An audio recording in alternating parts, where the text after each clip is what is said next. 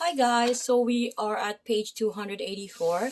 Okay, so we are looking at like bony landmarks trails, right?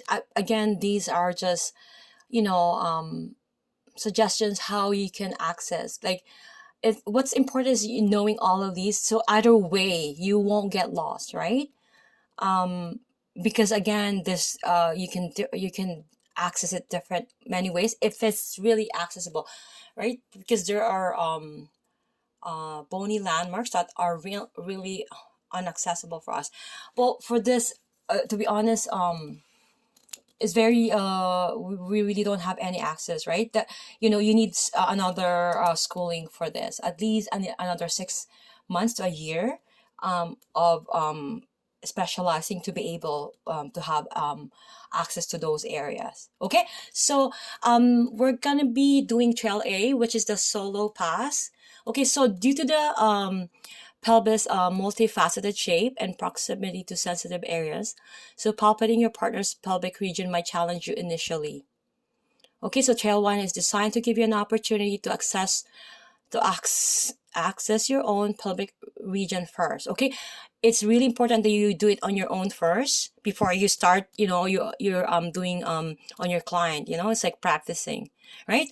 So this will generate the confidence needed to palpate effectively on your partner over the next 4 trails. Okay, so this 6 landmarks can be seen as your base camps.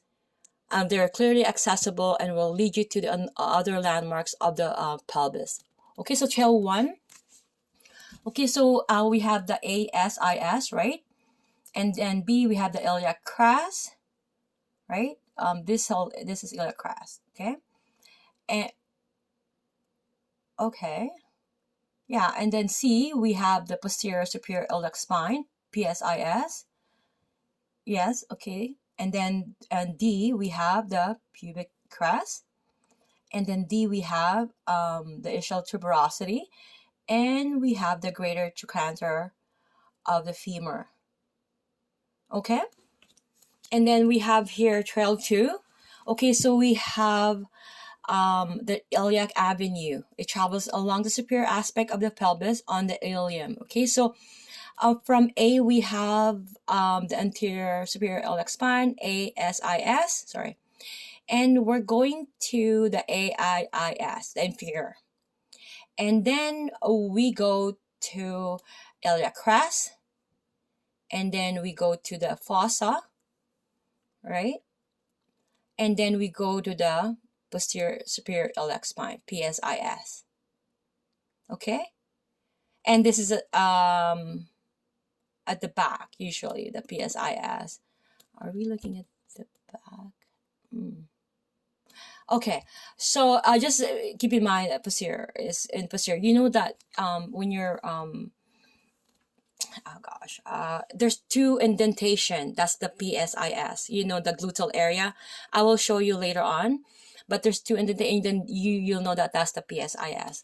But I need an image too for me to confirm for you guys, right? So trail 3 will be here, and then trail 4 will be in here. Okay. So trail 3, we have the tailbone trail. Accesses the bones of the base of the spine. Okay, so we have here the posterior superior iliac spine. Okay, and then we have the sacrum as B. And C, we have the median sacral crest. You can see there, right? The median is in the center. The sacrum, it's in the center of the sacrum. And the crest, edge of the sacrum, you can see there, it's too small. So I could see it in the phone, so you could see it in the in your browser. I hope so. Okay, so E, coccyx. Again, these coccyx and sacrum is part of the vertebral column. Okay, if you haven't watched vertebral column, please watch my other video. And then F, sacral or SI joint. I'm gonna use SI joint here, which is meaning sacroiliac joint, which is the sacrum and then the ilium. Okay, we're doing the trail 4, hip hike, right? Explores the lateral hip and landmarks of the proximal femur. Okay, so A is the iliac crest, B, we have the greater trochanter, and C, we have the gluteal tuberosity. So looking at trail 5 is the underpass, follows around the pubic region to access the landmarks of the medial thigh.